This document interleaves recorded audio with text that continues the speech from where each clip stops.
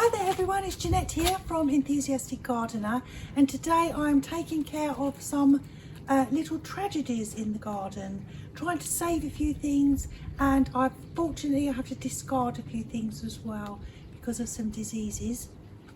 So let's get on and have a look at the first one, which is my smoked bush, my COTINUS, and it has Verticillium Wilt, unfortunately. And that's a fungal disease which is born in the soil, and it can live there for years, and it attacks susceptible plants. So you can see the hydrangea, limelight hydrangea next to it, that's fine. Had no idea, of course, that I have this fungal disease in the soil, and there's no coming back from it. So here's a closer look at what it's done to the plant, and I only moved this. It was right over the opposite end of the garden, and I moved it, and it was doing so well and I was delighted. But now, of course, it's got this Verticillium wilt, which I've googled, and that's what I think's happened anyway. So once it gets into the tissues, it spreads through their vascular system, and it produces something called microsclerosia, which penetrates the plant system, and it reduces the amount of water that can get into the leaves. And as the plant dies and decomposes, the microsclerosia, they move back into the soil, and they can survive there for years, and they wait to attack another vulnerable plant. So I'm going to have to take this out and remove it. And plants that are most commonly affected are, according to the RHS pathology lab, are acers, COTINUS, which is what this is, catalpas, and CERCIS. There are many plants that are absolutely fine, but there are no solutions. There's nothing you can spray, there's nothing you can buy, there's nothing you can do to help. And the RHS pathology lab says what you could do is grass it over for about 15 years. Well, I'm not doing that. So it's got to come out, and I have to find something from the list of plants that are not affected to replace it. So it's all very sad, and there's no point me even trying to cut the bad bits off, because as you can see, I only have two little good bits left, and they're beginning to suffer as well. So let's get it out. As you can see, I like to garden in my dad's old slippers.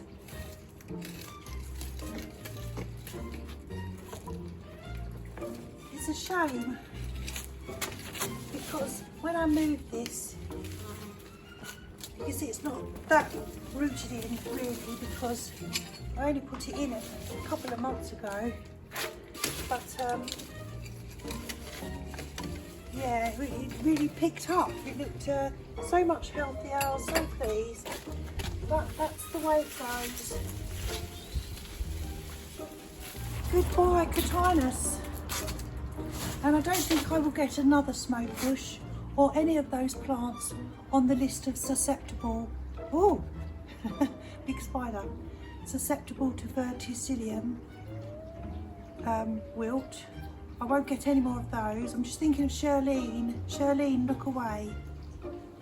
Whoa. Because yes, chances are I have this Verticillium wilt elsewhere in the garden for all I know. So I'm not taking any chances, just in case. It's a shame, but it's one of those things, unfortunately.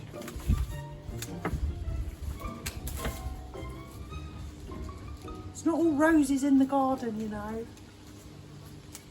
literally. So disaster number 2 is this, my Limelight Little Lime Hydrangea, and it doesn't look very happy. I planted it about a year ago. It's not happy, is it? Now why is it not happy? I've tried to think.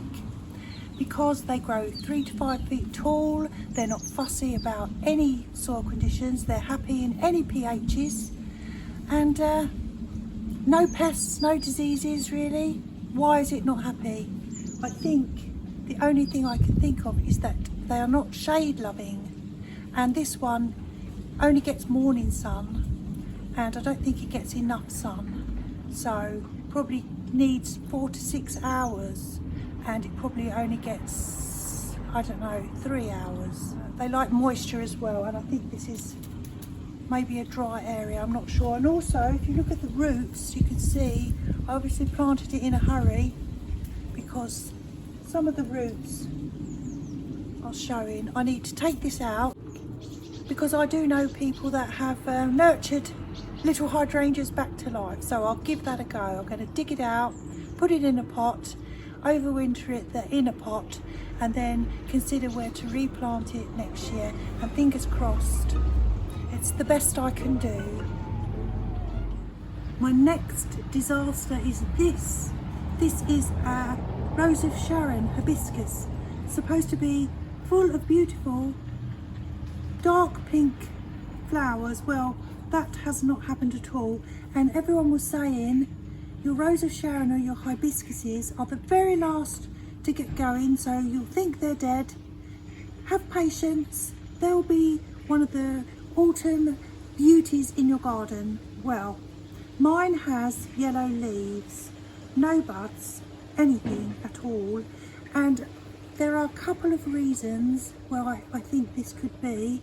First of all, again, this is in the same bed as the little lime hydrangea, which doesn't get very much sun. It's too much shade. It needs to be in the sunshine, and that could be a reason. You can see these yellow leaves as well.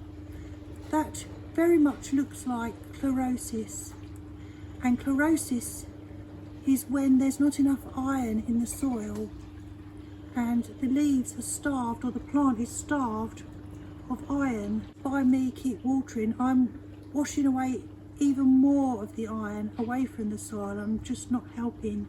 So again, this one is going to go in the hospital garden. I'm going to call these things the hospital garden.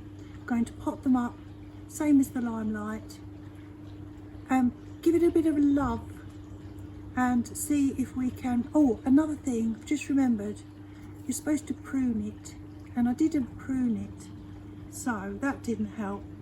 It blooms on new wood, and I didn't prune it at all last year, so we'll have to give it a good prune. Anyway, it's going to the hospital section.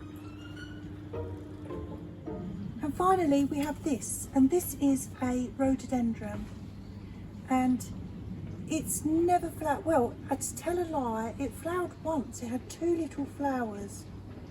It looks very, very healthy, doesn't it? But it needs to move because it's in the shade. This area here is just shade all the time, and it's not going to flower, and it probably needs maybe some iron, some enrichment of some sort. So I'm going to dig this up as well, and this is going to probably go in my new front garden. Well, I haven't told you about my new front garden. It's very exciting. We're having the front garden redone. My front garden is awful, that's why I never show it to you. But we're going to have a little bit of a garden design out there. We don't have a date yet for the garden design to commence, but we have the garden designer all lined up. We have the quote, we have accepted the quote, and there's not a lot, oh, falling over. There's not a lot we can do out there because it's such a small space. I never show it to you because it's just pretty grim, but hopefully that will get spruced up, and so any plants that I can, I will maybe move, and I've got a few ideas of what I'd like to move, and this I think is one of them. So I'm going to dig this up and put it in a pot into the hospital, and that's it. Oh, I need to move, my legs hurt. Oh, that's better.